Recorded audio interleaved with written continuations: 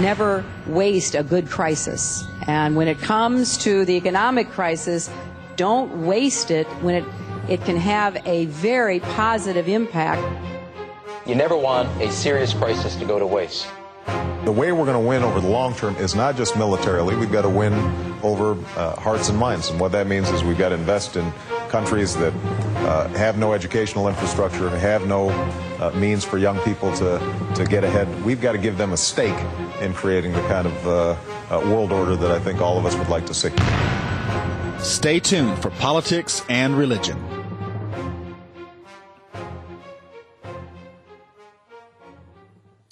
Israel is distributing gas masks today. The story comes to us from Israel National News. Israel has begun its nationwide program to provide protection kits with gas masks to every citizen in the country. And for the first time ever, the IDF, that's the Israeli Defense Force, Homefront Command, has teamed up with the nation's postal service to distribute the equipment.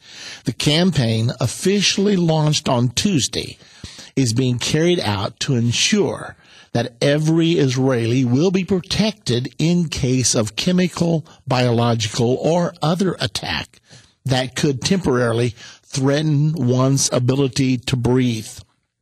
Individual protection kits were first distributed to the citizens of Israel on the eve of the American Gulf War with Iraq in 1990. Routine maintenance of the kits was subsequently provided by Homefront Command until 2003. As the kits reached their expiration dates and demographic changes took place across the country, the government collected the kits for rehabilitation and upgrading in a drive that took place from 2007 to 2008. Interesting. Sometimes we wonder what these things mean, if anything. I know there have been several times when gas masks have been passed out in Israel, but with the continuing crisis with Iran, it does give a person pause and causes us to wonder. Now, on another front, there's been a lot made about global warming and about the melting of the Arctic sea ice. And since it impacts all of us, since the environmentalists want to pass laws that would regulate every bit of emissions that you make, that I make, that businesses make around the world, it would control virtually every human activity, then this story becomes very important. Arctic sea ice melting season post latest start on record. Now, the records began to be kept in 1979, and the starting of the melting of the Arctic ice is the latest this year since 1979. So we're looking at 31 years since records have been kept, especially important in light of the global warming contention. And, of course, Mr. Al Gore at the Copenhagen summit talked about that the sea ice would be totally gone, possibly as early as 2035. Well, here's the story. The extent of sea ice over the Arctic Ocean grew until the last day of March. The latest annual melting season has begun in 31 years of satellite records, the U.S. National Snow and Ice Data Center said. The peak ice extent of 15.25 million square kilometers, which would be 5.89 million square miles. That's how much ice has extended to. It was approached, the average for the years 1979 to 2000.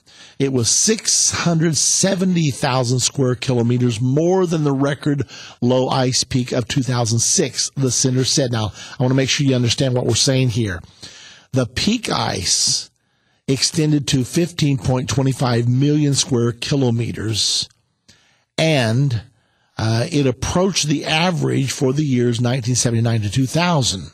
It was 670,000 square kilometers more than the record low ice peak of 2006. So the record low ice peak was 2006. We know we had a 10-year period of global warming there. However, now then, the global warming has declined somewhat. In September, the researchers said Arctic sea ice shrank in 2009 to its third lowest summer minimum on record, remaining well outside the range of natural variability. So 2009 was a low year, and yet the winter of 2009-2010 has been extra long, extra severe, and the ice extent has been building back rather dramatically. So we are dealing here with two totally different stories in our news update today. One of them having to do with what's going on inside the nation of Israel, the passing out of gas masks right now, and the other one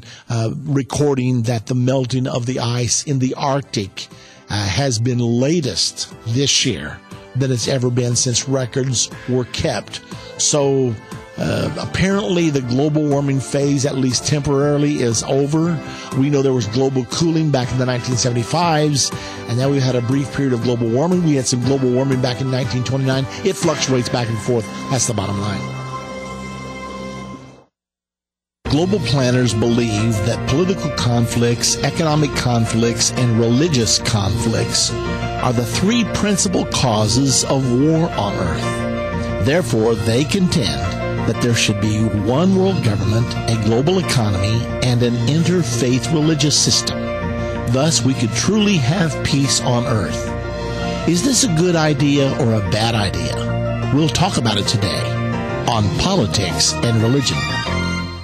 Look, there are two things I don't discuss: politics and religion. In my house, we don't talk about politics and we don't talk about religion. I'll talk to you about anything except politics and religion. I never talk about politics and religion. Politics determines how we'll live here on Earth. Religion determines how we'll live forever. I'm Irvin Baxter.